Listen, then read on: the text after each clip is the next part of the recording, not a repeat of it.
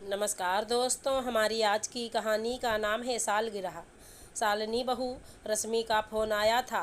बोल रही थी कल भाई भाभी की शादी की सालगिरह है, तो भाभी को बोलना इस बार खाने में बादाम का हलवा बना लेना।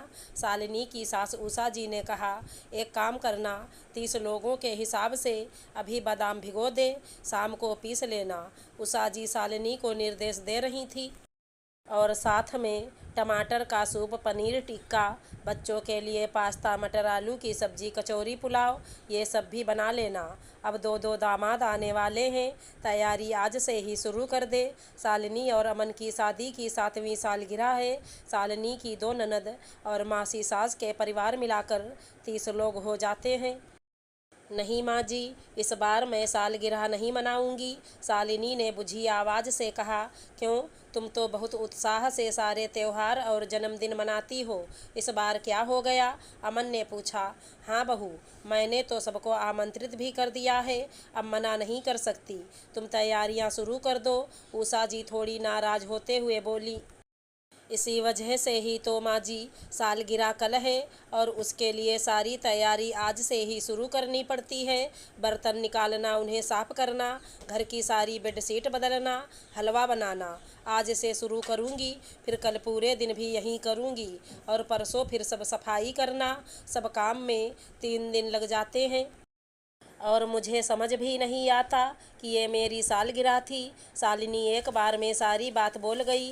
अरे तो तेरी दोनों ननद तेरी मदद करवा देंगी, उषा जी ने कहा।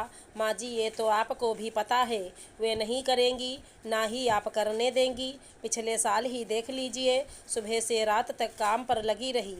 जब केक काटने का वक्त आया, मुझे तैयार होने का मौका भी नहीं मिला। सबकी इतनी अच्छी अच्छी तस्वीर आईं और मेरी ना बाल ठीक थे, ना कुछ मेकअप किया था। काम वाली लग रही थी। घर के त्योहार मेरे लिए नहीं होते, वो बाकी परिवार के लिए ही होते हैं। और सबके जाने के बाद हिस्से में क्या आता है?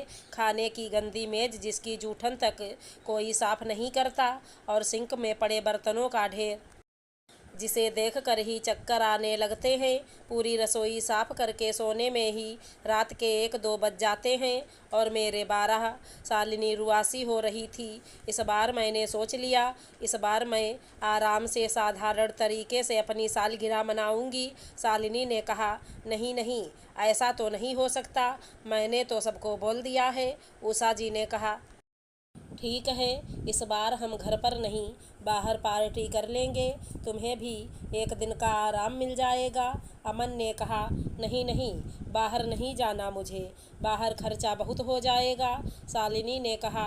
बहू, तुम्हें बाहर भी नहीं जाना, घर पर भी नहीं करना, चाहती क्या हो? बस थोड़ी सी मदद, सब काम एक पर ही ना डाल दिया जाए। अब मैं मेहमानों से उम्मीद नहीं रख सकती, कम से कम आप तो मेरी मदद कर सकती हैं, और नहीं तो एक काम वाली ही रख दीजिए, शालिनी ने कहा। ठीक है बहू, मैंने सोच लिया है, कल क्या करना है। तुम आराम से कल ब्यूटी पार्लर जाओ, अमन के साथ पूरे दिन घूमो, बस रात को मेहमान आने से पहले आ जाना, उषा जी ने कहा। माँ जी, पर आप कैसे करेंगी ये सब? इतना काम बढ़ जाएगा, शालिनी ने कहा। अब ये मेरी जिम्मेदारी है, तुम जाओ, एक दिन की छुट्टी तुम्हारी। अगले दिन शाम को शालिनी घूम कर लौटती है, देखती है सारी तैयारियां हो चुकी हैं, महाराज जी ने रसोई की जिम्मेदारी संभाल रखी है, साथ ही दोनों ननद भी गुब्बारे फुलाने और घर की सजावट में लगी हैं।